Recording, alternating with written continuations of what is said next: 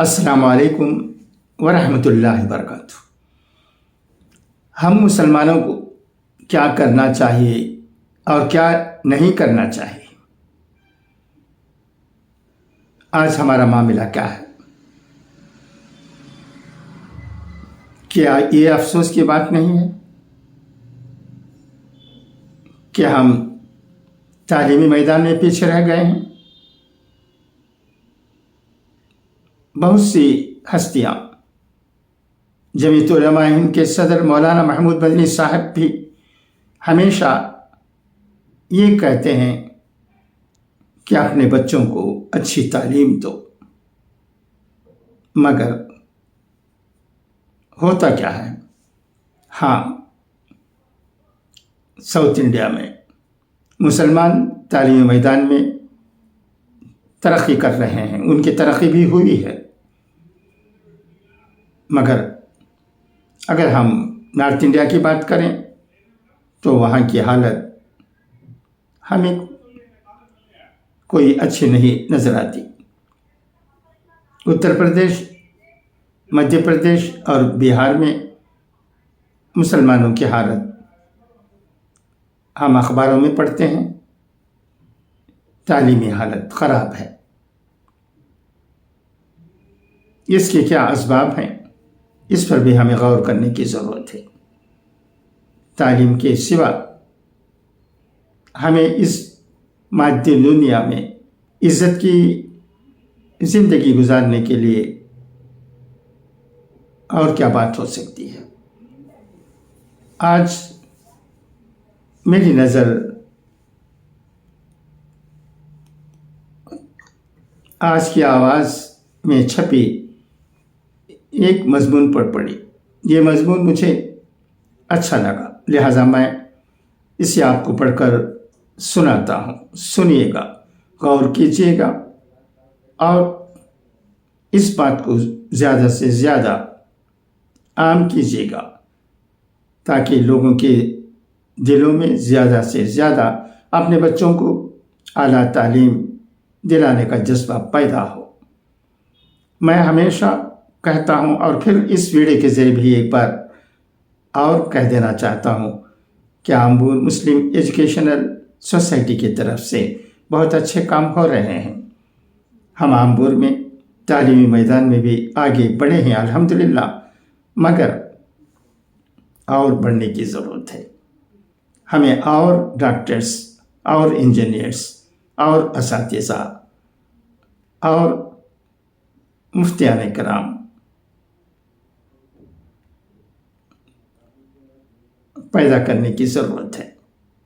تو آئیے اب دیکھتے ہیں آج کی آواز میں کیا کہا گیا ہے۔ لذیذ کھانوں کی ہوٹلیں اور مسلمان، جب قوم کا شوق کھانا بن جائے تو زوال مقدر بن جاتا ہے۔ جہاں کبھی اقرا یعنی پڑھو کی صدا گونجتی تھی، آج کھانا تیار ہے کی آوازیں ہیں۔ جہالت کی بھوک نے قوم کو نگل لیا۔ مسلمان ایک ایسی قوم جس کی اولین ذمہ داری یہ تھی کہ وہ اس بر صغیر میں علم کے ذریعے نہ صرف خود کو سنوارے بلکہ دنیا کو بھی صحیح اور روشن راستہ دکھائے۔ اسلام نے مسلمان کو دین و دنیا دونوں میں ترقی کرنے کا حکم دیا ہے۔ اس کے ساتھ ہی اس سرزمین پر اللہ کے نظام کو قائم کرنا اور انسانیت کی صحیح رہنمائی کرنا، یہ سب ایک اچھے مومن کا بنیادی فرض ہے۔ مگر افسوس، ہم مسلمان بحیثیت قوم صرف اپنے مفادات کے لیے جی رہے ہیں، نہ دنیا کی تعلیم میں آگے اور نہ ہی دینی علوم میں آگے۔ لیکن ہاں، جہاں کھانے کا ذکر آئے وہاں مسلمان سب سے آگے نظر آتا ہے۔ مسلم محلم کو دیکھ کر ایسا محسوس ہوتا ہے جیسے یہ قوم بس کھانے کے لیے ہی پیدا ہوئی ہے۔ ہمارا مقصد زندگی صرف کھانا اور پینا رہ گیا ہے۔ مسلم محلوں میں قدم رکھتے ہی سب سے پہلے کھانے کی ہوٹلیں اور چائے کی ہوٹلیں نظر آتے ہیں۔ کھانے والوں کا ایسا ہجوم ہوتا ہے کہ کبھی کبھی پیر رکھنے کی بھی جگہ نہیں ملتی۔ چلو ان ہوٹلوں کے بعد اب پان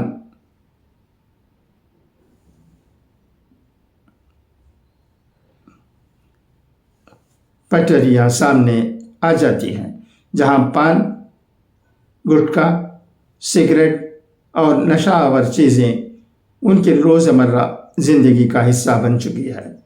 معاشرے میں دن بھر کی محنت سے جیسے تیسے پیسہ کمانا اور کھانے پینے کی خواہش میں ڈالنا، یہی اب ایک مسلمان کے زندگی کا مقصد بنتا جا رہا ہے۔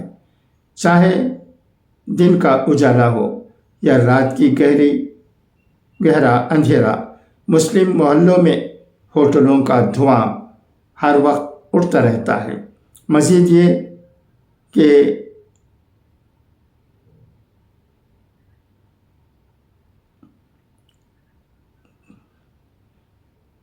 کھانے پینے کی